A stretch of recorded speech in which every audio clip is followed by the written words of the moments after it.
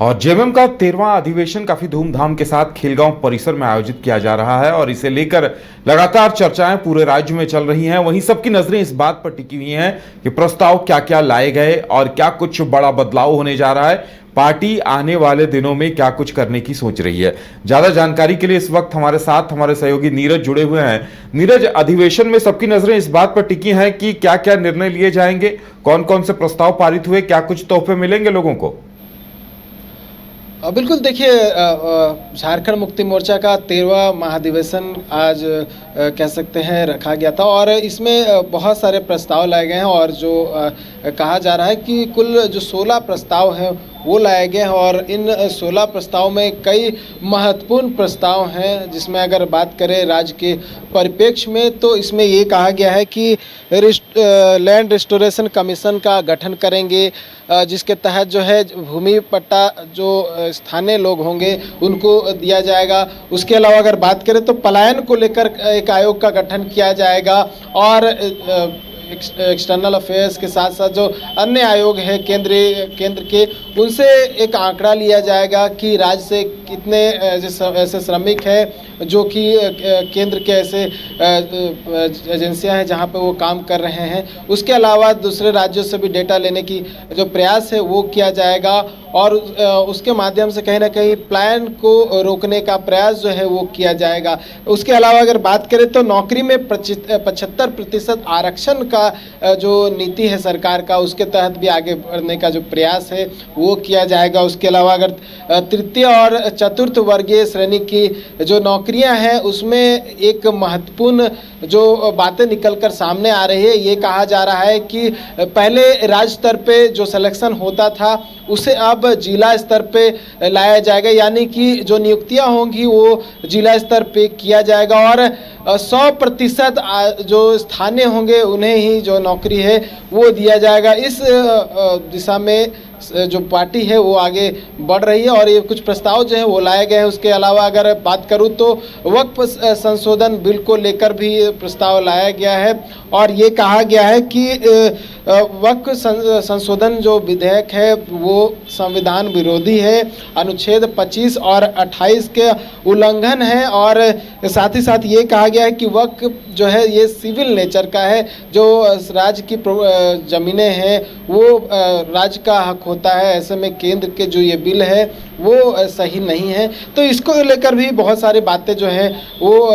रखी गई है और प्रस्ताव में ये इसको भी लाया गया है। साथ ही परिसीमन को लेकर भी चर्चा किया गया है, क्योंकि परिसीमन की चर्चा चल रही है कि 2026 में परिसीमन होना है और परिसीमन के बाद जो है सीटों की संख्या, चाहे वो मेंबर ऑफ पार्लियामेंट की सीटों की संख्या बात कर ले या फिर जो विधानसभा चुनाव होते हैं उसमें विधानसभा सीटों की संख्या की बात कर ले, तो दोनों जो है सीटों की संख्या बढ़ सकती है। इसको लेकर भी चर्चा की गई है। ये कहा गया है कि इससे हमारा नुकसान हो सकता है, बहुत सारे जो गाइडलाइंस है उसका पालन नहीं किया जा रहा है या नहीं किया जाएगा। ये तमाम बातें जो है वो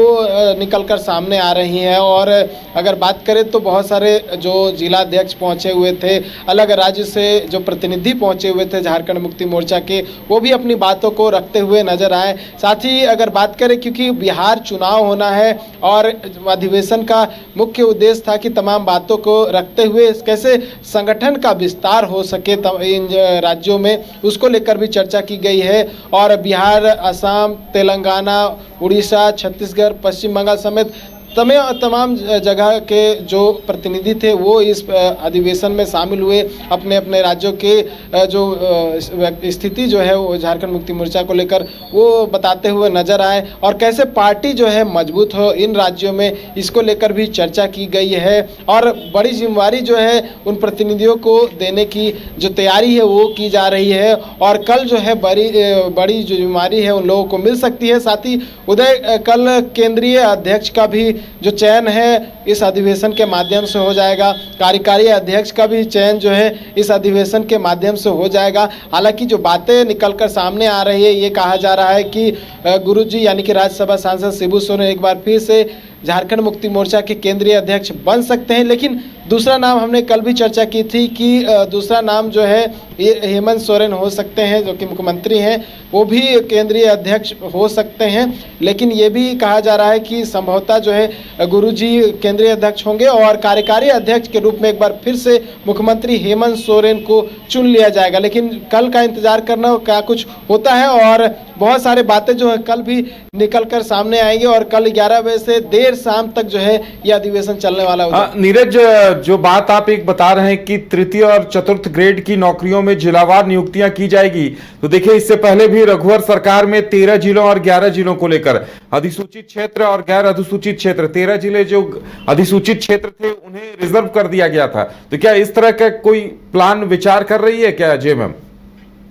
देखिए, अभी खुलकर बातें जो है वो नहीं कही गई है। हालांकि जिलों को लेकर बोला गया है और इसमें जो आरक्षित जिले हैं या फिर नहीं है, जिस तरह से आपने रघुवर दास सरकार की बातें बताई जिसमें 13 और 11 जिले जो है निर्धारित किए गए थे, उसको लेकर भी फिलहाल जो है बताया नहीं गया है। ये बोला गया है कि उस दिशा में जो सरकार है वो आगे बढ़ सकती है, जिसमें ये तय किया जाएगा कि जो पहले सिलेक्शन राज्य स्तर पर होता था वो अब जिला स्तर पर होगा। लेकिन ये तृतीय और चतुर्थ वर्गीय को लेकर होगा, यानी कि जो सिपाही की नियुक्ति होती है, टीचर्स भी कुछ आते हैं जो तृतीय और चतुर्थ वर्ग में आते हैं, नर्सेस की जो बहाली होती है, उसके अलावा कई और भी जो कर्मी हैं वो इस वर्ग में आते हैं। तो इसको लेकर जो है अभी तक बातें क्लियर नहीं हो पाई है कि क्या उसमें 13 और 11 वाला जो रघुवर दास के सरकार के समय में किया गया था उसी नीति के तहत जो है झारखंड मुक्ति मोर्चा की सरकार आगे बढ़ेगी या कुछ और फेरबदल हो सकता है उधर। चलिए नीरज, देखने वाली बात यह होगी कि क्या कुछ निर्णय लिए जाते हैं, लेकिन इतना तय है कि जेएमएम कुछ